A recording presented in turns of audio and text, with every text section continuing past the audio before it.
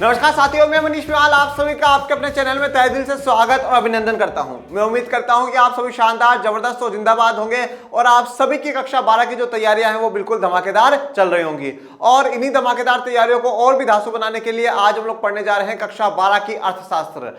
कक्षा 12 की कक्षा 12 की इकोनॉमिक्स आज हम लोग पढ़ रहे हैं और उसमें हम पढ़ रहे हैं व्यष्टि अर्थशास्त्र में अध्याय 3 उत्पादन तथा लागत। उत्पादन पूरा कवर कर लिया और आज लागत को भी खत्म कर देंगे, मतलब आज इस चैप्टर को पूरा में से पूरा खत्म कर देंगे। और जब ये चैप्टर पूरा खत्म हो जाता है इसका मतलब ये होता है कि उस चैप्टर में से जो आपके नंबर है वो भी पूरे में से पूरे तय हैं बच्चों। तो पूरे में से पूरे नंबर लाने के लिए आज ये चैप्टर अपना पूरा कंप्लीट हो जाएगा। 11 लेक्चर्स में खत्म कर दिया है, बड़ा चैप्टर था, 11 लेक्चर में खत्म कर दिया। आज क्या पढ़ेंगे गुरुजी? आज हम बात करेंगे दीर्घकालीन लागत की। हमें जो पढ़ना है वो पढ़ना है लॉन्ग रन कॉस्ट। दीर्घकालीन लागत क्या होती है और इसका जो कर्व है वो कैसे बनता है वो अपन देखेंगे आज के लेक्चर में। चलिए शुरू करते हैं आज के लेक्चर को। हम बात कर रहे हैं दीर्घकालीन लागत की, या जिसे कहा जाता है लॉन्ग रन कॉस्ट। कौन सी कॉस्ट कहा जाता है बेटा? लॉन्ग रन कॉस्ट इसको कहा जाता है। दीर्घकालीन जो लागत है वो कहा जाता है। पहले तो आप एक चीज सुनिए कि ये चैप्टर जब अपना पूरा कंप्लीट हो जाएगा, आज इस लेक्चर के साथ पूरा कंप्लीट हो जाएगा, इसके बाद जो अपन शुरू करेंगे ना वो मैक्रो इकोनॉमिक्स का, समष्टि अर्थशास्त्र का अध्याय 5 शुरू करेंगे। हमने माइक्रो में जो है, माइक्रो में चैप्टर 1, 2 और 3 कंप्लीट हो गया। तो यहाँ पे अपने 3 जो लेक्चर हैं वो कंप्लीट हो गए, मतलब सॉरी 3 चैप्टर कंप्लीट हो गए। अगर मैं मैक्रो की बात करूँ तो मैक्रो में चैप्टर 1, चैप्टर 3 हो गया और अब अपन जो 5 वाला चैप्टर है, जो सरकारी बजट और अर्थव्यवस्था वाला चैप्टर है, उसको शुरू करेंगे, गवर्नमेंट बजट एंड इकोनॉमी। देखिए इस चैप्टर को शुरू करने के पीछे मेरे कुछ कारण है बेटा, कुछ रीजंस है। क्या क्या रीजन है, क्या क्या कारण है वो समझिए आप। पहला कारण तो मेरा ये है कि आप लोग समष्टि के 3 व्यष्टि के 3 कर चुके हैं, तो तीसरा चैप्टर मैक्रो का भी हो जाए। दोनों में क्या है, बराबर चलता रहे। 3 उसमें हो गए, 3 इसमें हो जाए, फिर एक मैक्रो का कर लेंगे, फिर एक मैक्रो का कर लेंगे, इस प्रकार से चलता रहे। तो दोनों जो है वो बराबर चलती रहे। दूसरी बात, काफी बच्चे कर्व बना बना करके थक गए कर्व बना बना करके थक गए। फर्स्ट में बनाया, सेकंड में बनाया, सेकंड का फिर डायरेक्ट थर्ड शुरू कर दिया। तो कर्व बनाते बनाते अपन लोग थक चुके हैं। तो वो जो थकान है उसको दूर करेंगे और ये जो इजी सा चैप्टर है इसको पढ़ेंगे। और तीसरी बात ये है बेटा, ये चैप्टर थोड़ा इजी भी है, आसान है, मतलब जो आपने यहाँ पर जो 2 पढ़े हैं उनकी तुलना में बहुत आसान चैप्टर है। और तीसरी लास्ट जो 4th बात है वो ये है बच्चों कि इसके जो मार्क्स हैं वो भी अच्छे हैं। शायद 8 या 10 मार्क्स का रहता है राजस्थान बोर्ड में, तो और अलग अलग बोर्ड्स में इसके 8 मार्क्स 10 मार्क्स के आसपास ये आता है। तो अच्छा वेटेज भी इस चैप्टर का, और ईजी भी है ये चैप्टर, तो अपन इसको कवर करेंगे। और बाकी किसी भी बच्चे के मन में अगर ये डाउट है कि सर चैप्टर 2 बाकी है, 4 बाकी है मैक्रो का, पहले वो तो करा दो, भाई चिंता मत करो, मैं सब कुछ कराऊंगा। हर एक एक चीज जो है 0% भी आपका कुछ भी नहीं छोड़ूंगा, पूरा कंप्लीट कराऊंगा। क्योंकि अपना जो मकसद है वो क्या है, 0% डाउट और 100% मार्क्स। अपना जो लक्ष्य है वो यही है, 0% डाउट। और 0% डाउट कब रहेगा, जब 100% सिलेबस होगा। तो 100% सिलेबस हम कराएंगे, चिंता ही मत करो आप लोग, पूरा सिलेबस में आपका कराऊंगा। किसी भी बात की चिंता फिक्र करने की कोई आवश्यकता नहीं है। बस आप मन लगा कर करके ईमानदारी से पढ़ते रहो और जल्द ही आप लोगों की मेहनत को और 4 चांद लगाने के लिए लर्न एंड शेयर आर्ट्स कुछ करने जा रहा है, लर्न एंड शेयर की टीम कुछ करने जा रही है। तो आप बेसब्री से इंतजार करिए, आपके लिए कुछ बेहतर होने वाला है। तो उस बेहतरी के लिए बने रहिए और खूब मेहनत आप करिए, और मेहनत को 4 चांद लगा देंगे, ये मेरा पूरा विश्वास है जब आपको उस चीज़ का अनाउंसमेंट सुनने को मिलेगा। तो चलिए अब आ जाते हैं हम लोग दीर्घकालीन लागतों पे। दीर्घकालीन लागत या लॉन्ग रन जो कॉस्ट है वो क्या है? जब हम अल्पकाल और दीर्घकाल की बात कर रहे थे तो मैंने ये कहा था, अल्पकाल जो है उसमें एक जो कारक होता है वो परिवर्तीय होता है और एक कारक जो होता है वो स्थिर होता है। परिवर्तन वाले में किसका परिवर्तन होगा? या तो लेबर का, श्रम का परिवर्तन कर दिया जाता है, या कच्चा माल रॉ मेटेरियल जो है उसका वो कम ज्यादा कर लिया जाता है। परंतु वहां पर जो स्थिर कारक है वो नहीं बदलती, जैसे जमीन नहीं बदलती, फैक्ट्री नहीं बदलती, मशीनें नहीं बदलती, इन चीजों में बिल्कुल भी परिवर्तन नहीं होता है। पर जब हम दीर्घकाल की बात करते हैं, लॉन्ग रन की हम लोग बात करते हैं, जब वहां पर कोई भी जो कारक है वो स्थिर नहीं रहता, वहां पर कोई भी कारक है वो फिक्स्ड नहीं रहेगा, सभी कारक जो है वो परिवर्तनीय ही रहेंगे। No fixed factor, no fixed factor. कोई भी कारक स्थिर नहीं रहेगा, सारे के सारे परिवर्तनीय रहेंगे। जमीन में भी परिवर्तन हो सकता है, मशीनों की भी संख्या बढ़ सकती है, श्रम की भी बढ़ सकती है, कच्चे माल की भी बढ़ सकती है, किसी भी चीज की जो नंबरिंग है वो बढ़ सकती है। तो अल्पकाल और दीर्घकाल में ये बड़ा डिफरेंस है कि अल्पकाल में एक ही जो है कारक परिवर्तनीय होता है और बाकी स्थिर रहते हैं, और यहाँ पर सारे के सारे जो कारक हैं वो परिवर्तनीय रहते हैं, कोई भी कारक स्थिर नहीं रहता। अब अल्पकाल के बारे में जो लागत है, अल्पकाल की जो वक्र है, वो सब कुछ अपन ने बड़े अच्छे से पढ़ लिया। अब आज दीर्घकाल के पढ़ेंगे और फिर ये चैप्टर को एंड कर देंगे। आज का लेक्चर ज़्यादा बड़ा नहीं होगा और अल्पकाल वाले ज़्यादा वक्र थे वो कवर हो गए, आज इसमें 1-2 वक्र आएंगे, फिर अपना कंप्लीट हो जाएगा। दीर्घकाल में सभी आगत परिवर्तित होते हैं, कोई स्थिर लागतें नहीं होती। दीर्घकाल में जो सभी आगत है, आगत क्या है, जो इनपुट्स है आपके, ठीक है, जो भी आप उसमें लगा रहे हो, चाहे वो भूमि हो, श्रम हो, पूंजी हो, कच्चा माल हो, जो चीज भी आप लगा रहे हो, मतलब एक वस्तु को उत्पादित करने के लिए, एक आउटपुट के लिए जिन भी चीजों का आप प्रयोग कर रहे हो, वो सारे के सारे आगत है। और ये सारे के सारे आगत कैसे हैं, परिवर्त हैं। ये सारे के सारे आगत कैसे हैं, वेरिएबल है। वेरिएबल का मतलब क्या है, इनमें वेरी हो सकता है, इनमें चेंज हो सकता है बेटा, इनमें बदलाव हो सकता है, कम ज्यादा किए जा सकते हैं, और कोई स्थिर लागतें नहीं है। मतलब यहाँ पे स्थिर लागत कोई भी नहीं होगी, मतलब सारे के सारे जो आगत है सभी में परिवर्तन हो सकता है, कोई भी ऐसा नहीं है जो कि स्थिर हो जिसमें बिल्कुल भी परिवर्तन नहीं होगा।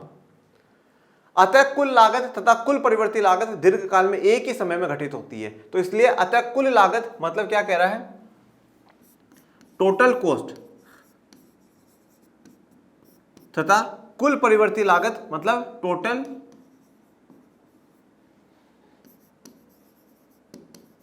वेरिएबल कॉस्ट, ठीक है, दीर्घकाल में एक ही समय में घटित होगी। इसका मतलब अपन ये भी कह सकते हैं कि TC is equals to TVC. यहां पर अब देखो, अल्पकाल और दीर्घकाल को दर्शाने के लिए हम लोग क्या करते हैं, यहां पर एल लगा देते हैं। एल से क्या दर्शाया जाता है, एल मतलब लॉन्ग, ठीक है, और वहां पर एस लगाया जाता है, S short average cost, short marginal cost, इस प्रकार से। अब यहां पे क्या है कि total cost is equal to total variable cost. क्यों, क्योंकि सब कुछ वेरिएबल है, सब कुछ परिवर्तन है, जब कुछ स्थिर है ही नहीं। अपन ने जब शॉर्ट में पढ़ा था तो मैंने आपको क्या पढ़ाया था, total cost is equal to TFC plus TVC, ठीक है। तो अब जब यहाँ पे टीएफसी तो है ही नहीं, तो टीसी बराबर क्या हो जाएगा, टीवीसी हो जाएगा। यही बात यहाँ पर कह रहा है बच्चे। दीर्घकालीन औसत लागत, अब देखिए, अब अपन क्या पढ़ रहे हैं, दीर्घकालीन औसत लागत, long run average cost, long run average cost. तो इसको कैसे शो करेंगे, LAC, LAC।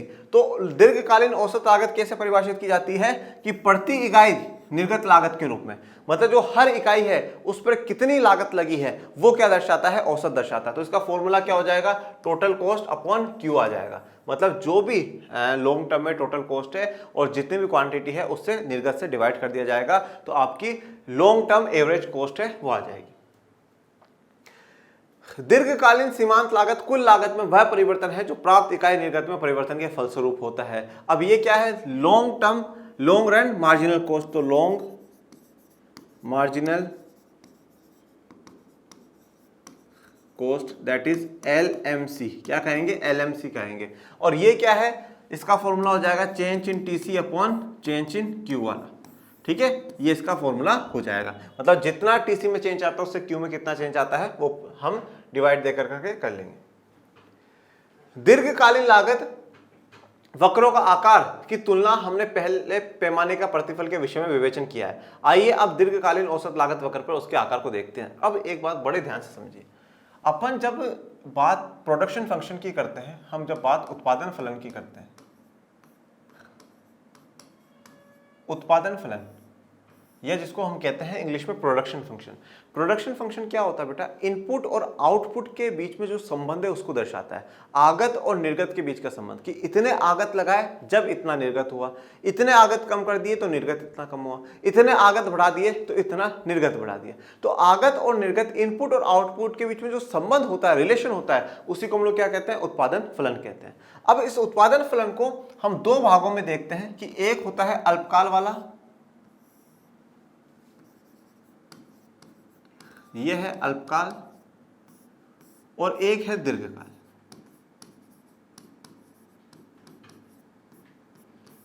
अल्पकाल और दीर्घकाल, ठीक है, अपन ने पढ़ा है अल्पकाल और दीर्घकाल पूरा पढ़ा है। अब अल्पकाल में क्या है, अल्पकाल में हम यहां पर ये बात कहते हैं कि एक कारक स्थिर रहता है एवं एक कारक परिवर्ती रहता है। एक कारक परिवर्ती रहता है। एक में स्थिरता रहेगी, फिक्स्ड रहेगा तो उसकी फिक्स्ड लागत आएगी, फिक्स्ड कॉस्ट आएगी, स्थिर लागत आएगी। और एक कारक परिवर्ती रहेगा तो उसकी परिवर्ती लागत आएगी, वेरिएबल कॉस्ट आएगी। और अगर मैं दीर्घकाल की बात करूं तो सभी जो आघात है, सभी कारक या सभी जो आघात है परिवर्तीय रहेंगे। कैसे रहेंगे? परिवर्तीय रहेंगे। यही बात पढ़ी अपन ने। अब एक कारक स्थिर, एक कारक परिवर्ती, वहां पर सभी आघात परिवर्ती। अब यहां पर जो नियम काम करता है बेटा, ठीक है, ध्यान से सुनना, यहां पर जो नियम काम करता है वो कौन सा करता है? Law of variable proportion. Law of variable proportion, जिसको अपन हिंदी में कहते हैं परिवर्ती अनुपातों का नियम। परिवर्ती अनुपातों का नियम। अब लॉ ऑफ वेरिएबल प्रोपोर्शन क्या होता है, परिवर्ती अनुपातों का नियम क्या होता है, ये मुझे बताने की आवश्यकता नहीं, क्योंकि इस पर पूरा अपन ने एक डिटेल वीडियो बना रखा है, पूरा लेक्चर्स में कवर करा है। तो यहाँ पे अभी अपन डिस्कस नहीं करेंगे, क्योंकि अभी अपन यहाँ पे अल्पकाल भी डिस्कस नहीं कर रहे हैं। अल्पकाल उत्पादन फलन को दो भागों में बांटा, अल्पकाल में और दीर्घकाल में। अल्पकाल में क्या होता है? एक कारक स्थिर रहता है, एक कारक परिवर्ती रहता है। दीर्घकाल में सभी आगत परिवर्ती रहते हैं। यहाँ पे जो काम करता है वो लॉ ऑफ वेरिएबल प्रोपोर्शन या परिवर्ती अनुपातों का नियम करता है। यहां पर कौन सा करेगा? Law of return to scale. Law of return to scale, पैमाने का प्रतिफल, पैमाने का प्रतिफल नियम। अब पैमाने का प्रतिफल नियम जो है, अब ये मैंने पढ़ाया या नहीं पढ़ाया? हाँ या ना? हाँ पढ़ा है। रिटर्न टू स्केल का भी जो नियम है ये भी पढ़ा है। अब याद करिए, जब उस लेक्चर में मैंने आपको तीन बातें लिखवाई थी, IRS,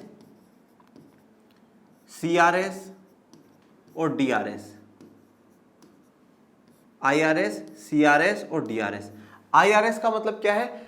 increasing return to scale. जब हम जो आगत है वो खर्चा कर रहा है उससे ज्यादा हमें निर्गत मिल रहा हो, ठीक है, मतलब जितना खर्चा कर रहा है उससे ज्यादा हमें मिल रहा है, तो वो इंक्रीजिंग रेट टू स्केल है। CRS क्या है? जितनी आगत लगाई उतना ही निर्गत मिला, तो बराबर है, कांस्टेंट है, ना तो फायदा ना नुकसान। और DRS क्या है? डिमिनिशिंग रिटर्न टू स्केल, मतलब जितनी आगत है, जितना इनपुट हमने दिया उतना आउटपुट हमें नहीं मिला, मतलब खर्चा 100 का करा और जो उसके सामान की चीज मिली वो 80 मिली। तो ये IRS हो गया, CRS हो गया, DRS हो गया। और जब मैंने आपको पढ़ाया था तब ये भी कहा था कि लॉ ऑफ वेरिएबल प्रोपोर्शन में अल्पकाल में पढ़ते हैं और पैमाने का प्रतिफल हम दीर्घकाल में पढ़ते हैं। तो आज वह बात वापस रिपीट हो रही है और इस टेबल को आप अच्छे से चाहे बना लीजिएगा कि अल्पकाल में जो है लॉ ऑफ वेरिएबल प्रोपोर्शन लगेगा। देखिए बच्चों, क्वेश्चन बनाने वाला टीचर कहीं से भी बना सकता है, इसलिए मैं बार बार एक ही बात कहता हूं, इकोनॉमिक्स रटने का विषय नहीं है, इकोनॉमिक्स समझने का विषय है। और उसको अपने आसपास में देखना, उसको समझना और उससे समझ कर करके किस प्रकार से हम बेहतर मार्क्स लेकर के आ सकते हैं वो बात काम करना है।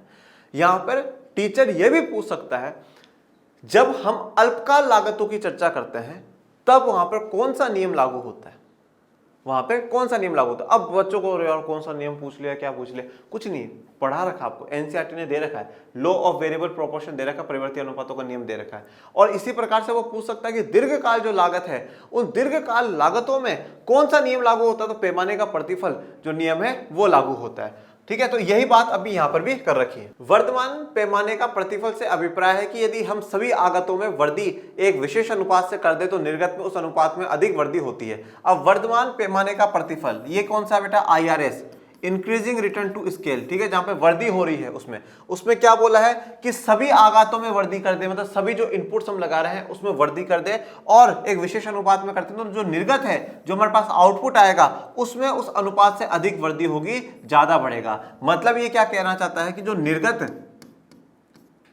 निर्गत है उसमें ज्यादा वृद्धि होगी और जो आगत है उसमें कम होगा। मतलब जितने इनपुट्स लगाएं उससे ज्यादा आपको आउटपुट बेनिफिट मिलेगा। जैसे कुछ बच्चे नहीं होते, एक महीना पढ़ लेते हैं, एक महीना मेहनत करी और आगे 100 में से 65-70, अरे बहुत खुश है, वाह वाह मौज हो गई यार, इतना तो एक महीने में 65-70 आ गया था। जितनी मेहनत लगाई उससे तो ज्यादा ही उनको मिल गया, तो खुशी है उनको जीवन में। तो निर्गत ज्यादा जब होता है तो ये पहली वाली कंडीशन है। दूसरे शब्दों में अगर इसी IRS को समझाया जा रहा है दूसरे शब्दों में कि निर्गत एक विशेष अनुपात की वृद्धि करने के लिए आगतों में उस अनुपात की तुलना में कम वृद्धि करने की आवश्यकता होती है। तो निर्गत का एक विशेष अनुपात में वृद्धि करने के लिए, मतलब इस लेवल तक अगर हमें आउटपुट बढ़ाना है तो आगतों में जो हम परिवर्तन करेंगे वो निर्गत के उस अनुपात की तुलना में क्या करेंगे, कम करने की आवश्यकता होगी, कम वृद्धि करने की आवश्यकता होगी। जब निर्गत की कीमत दिए हो, लागत में भी कम अनुपात में वृद्धि होगी। तो जब लागत में भी क्या होगी, कम अनुपात में वृद्धि आपकी होगी। उदाहरण के लिए मान लीजिए हम निर्गत को दोगुना करने के इच्छुक हैं। जैसे हम चाहते हैं कि जो हमारा आउटपुट है, ठीक है, जो हम प्रोडक्शन कर रहे हैं वो क्या हो जाए, ट्वाइस हो जाए। मतलब आज जैसे मैं कोई 100 गुड बना रहा हूँ, 100 वस्तुएं बना रहा हूँ, तो मैं चाहता हूँ कि अब 200 वस्तुएं बनाऊँ, 200 बना रहा हूँ 400, 500 बना रहा हूँ तो 1000, 1000 तो 2000, इस प्रकार से। ऐसा करने के लिए आगतों में दोगुने से कम वृद्धि की आवश्यकता है। मतलब इसका मतलब क्या है कि अगर मुझे अपना निर्गत है जो आउटपुट, अगर वो डबल करना है तो मुझे जरूरी नहीं कि मैं आगत भी डबल करूं। मतलब अगर मैं 100 गुड्स बनाने रहा हूं और उन 100 गुड्स पे जो मेरा खर्चा हो रहा है वो 80 का हो रहा है, तो मैं जब इसको डबल कर रहा हूं, मैं इसको 200 कर रहा हूं, तो जरूरी नहीं मैं इसको भी 200 करूंगा, 160 पे ले आऊंगा, नहीं, ये इससे दुगने से कम ही होगी। मतलब अब भी पहले 80 लग रहे थे, अब ये मान लो कि 50 रुपये और लग जाएंगे, 130 रुपये में हो जाएगा। तो डबल से कम करनी पड़ेगी।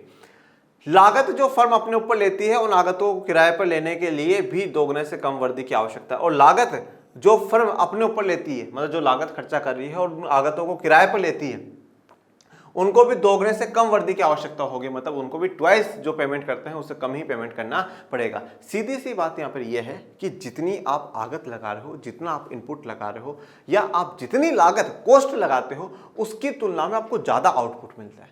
यहाँ पे इंक्रीजिंग रिटर्न टू स्केल है। रिटर्न टू स्केल का मतलब क्या है, आपको कितना मिल रहा है, रिटर्न कितना मिल रहा है। देखो आज सीधी सी बात यह है कि कोई भी व्यक्ति अगर कोई भी व्यापार शुरू करता है, बिजनेस शुरू करता है, कुछ भी करता है ना, तो उसकी हमेशा एक उम्मीद रहती है कि साहब मुझे ज़्यादा से ज़्यादा प्रॉफिट हो, मुझे ज़्यादा से ज़्यादा रिटर्न हो। अगर व्यक्ति कहीं पर जमीन भी खरीदता है तो यही सोच के खरीदता है कि मुझे भविष्य में से कितना फायदा होगा।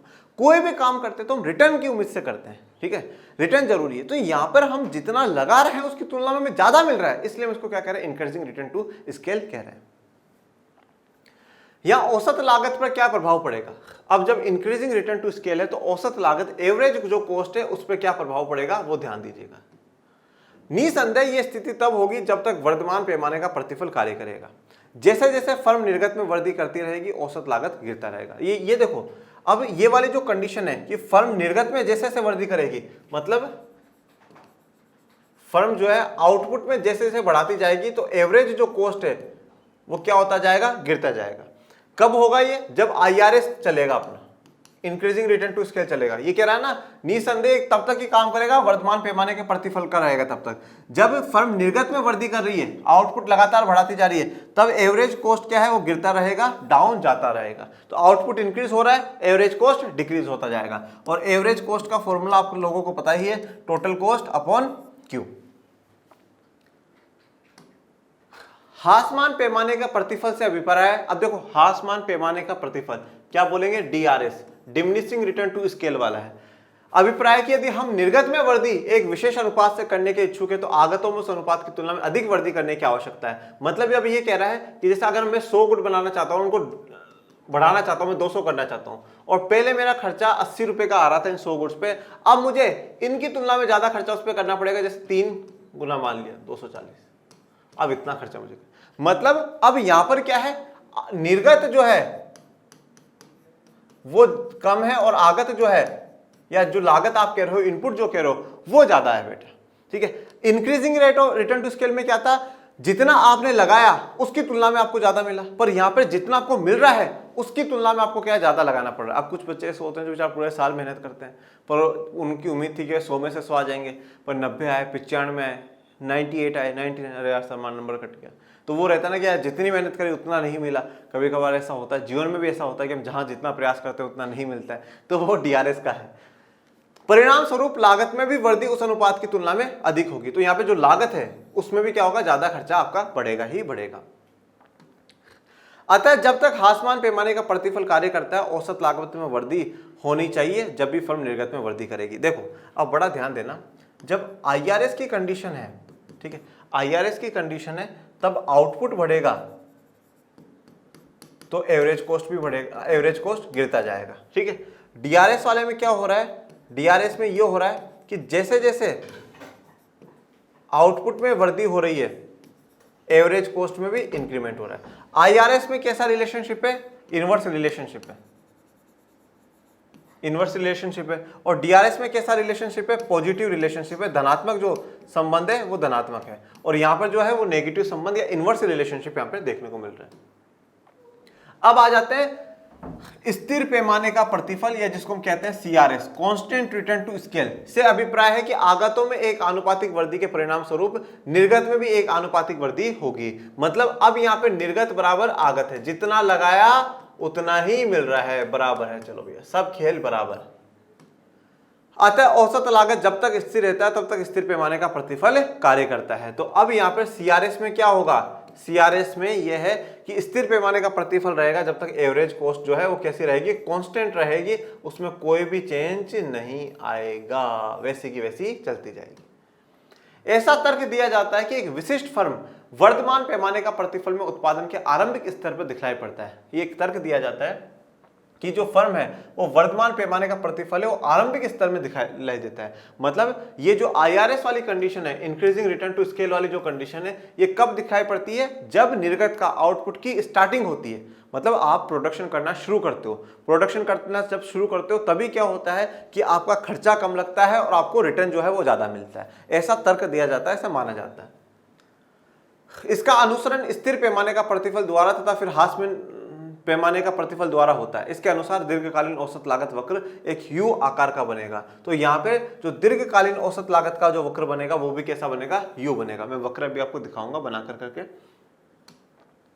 आइए अब जांच करते हैं कि किस प्रकार दीर्घकालीन सीमांत लागत वक्र दिखता है। अब जो सीमांत लागत वक्र है मतलब LMC, लॉन्ग मार्जिनल कॉस्ट जो कर्व है वो कैसा दिखता है।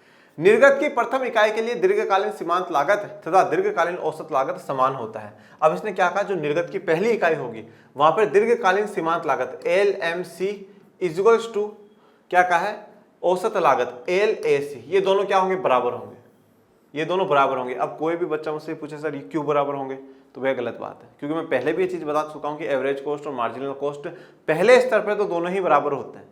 अब चाहे वो शॉर्ट टर्म हो चाहे लॉन्ग टर्म हो, ठीक है, और पूरा एक्सप्लेन करके प्रूफ करके मैंने आप लोगों को ये चीज बता रखी।